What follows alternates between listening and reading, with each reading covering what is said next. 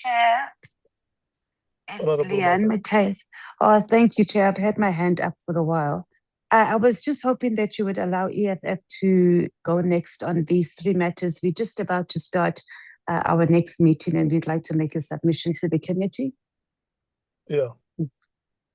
Okay. Can we go in?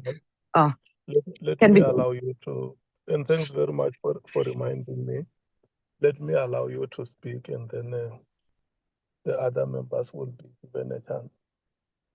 Okay, thank you, Chair. We really appreciate you just going off the process that we normally follow.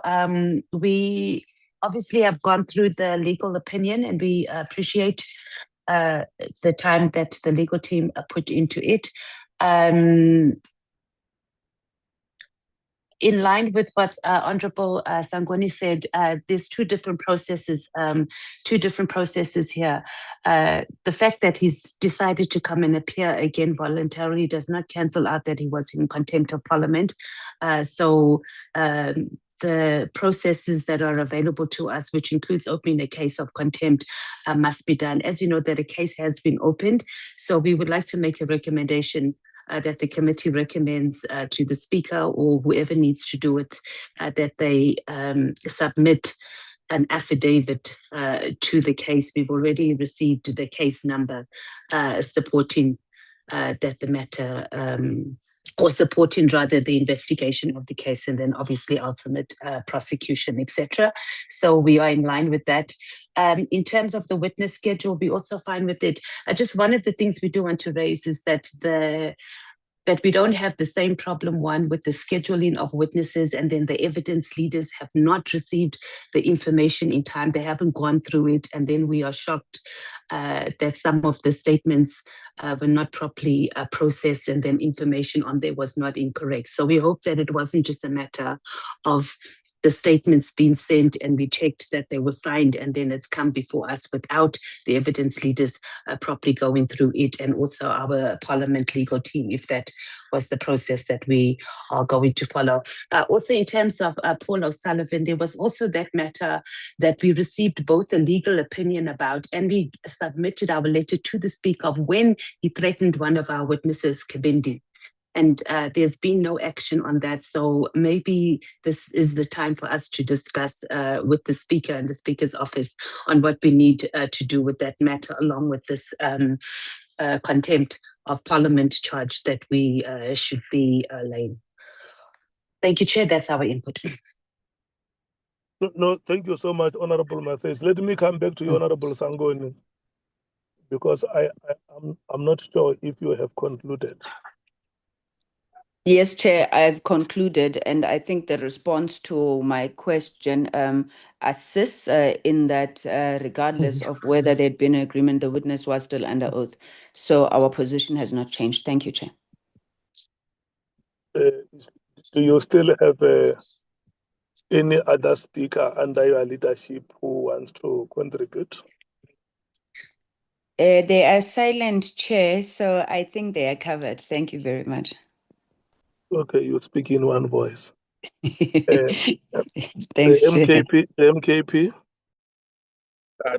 Thank you very much, Chairperson. Let us first welcome the report that we've been given by our technical team. We think they have done a very good job.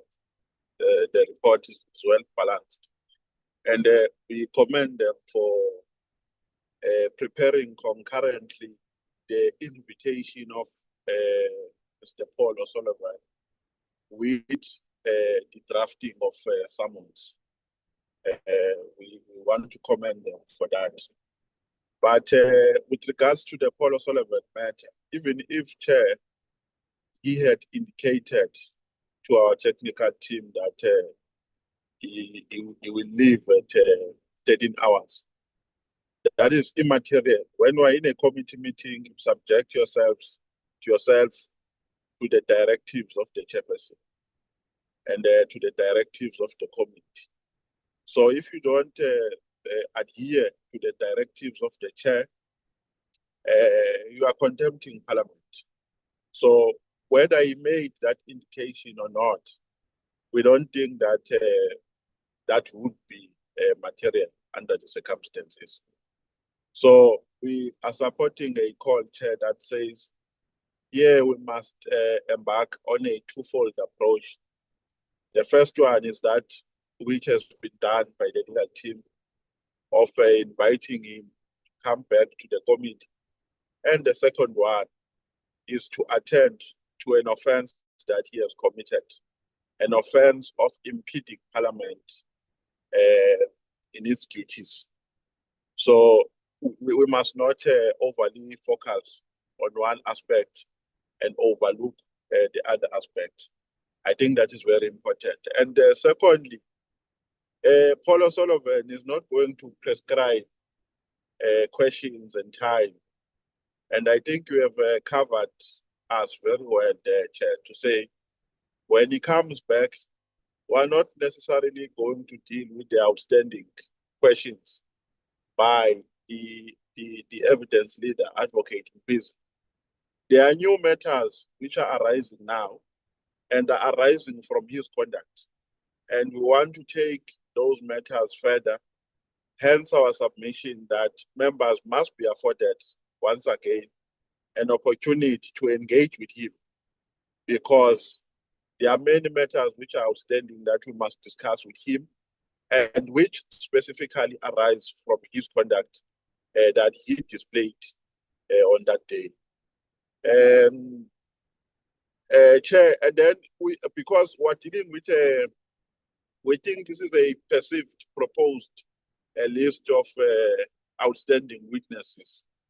There is a witness that once appeared before our committee, and he was turned away while, before he made his testimony in Parliament. I think the reason was that because he's a former employee of SSA, so there are some prerequisites that he must comply with. So there is no accountability of that witness. What happened? Did that witness approach the SSA? And why is he not part of this list? Is it because SSA did not approve his appearance? And if that is the case, that would be worrisome, because SSA is an executive body. So the executive body can't tell Parliament how to run its activities. It can't tell us how to run our investigations, because our investigation might even go to a point where we investigate them. So if executive institutions have a determination of how witnesses or which witnesses must appear before us. So we just need an explanation, Chair, in that regard. There is that witness, I think you still remember him. Honorable member, we received your apology and it was recorded in the last meeting. That matter was reported comprehensively. We can brief you about it, how it was handled. Okay, no, it's fine, Chair. Honorable Skosana will come in and take it from where I've left off.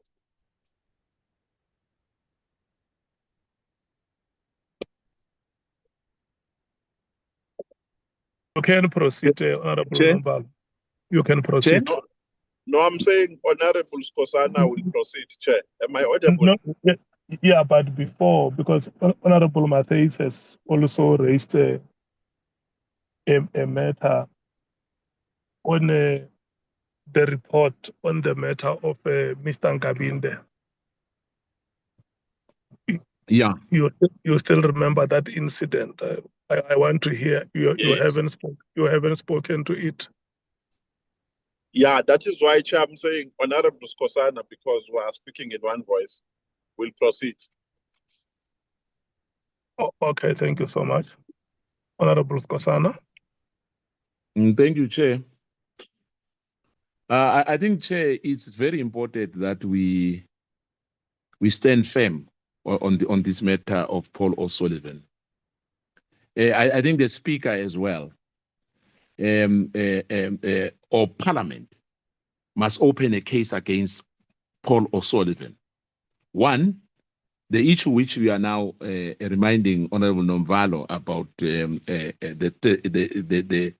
threat which O'Sullivan did when Nkabinde was a witness as well. I think it must come as well now on the table. We can't leave this thing unattended.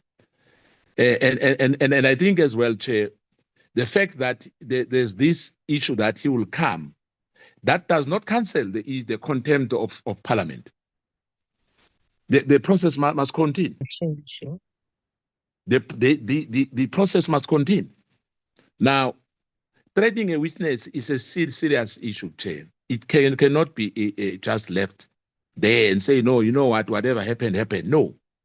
The witness, Mr. Nkabinde, told us to say why he was still testifying, he received that WhatsApp message. And we all know what does that mean. We can't leave Paul O'Sullivan with these issues and say, you know what, is going to dictate terms to us.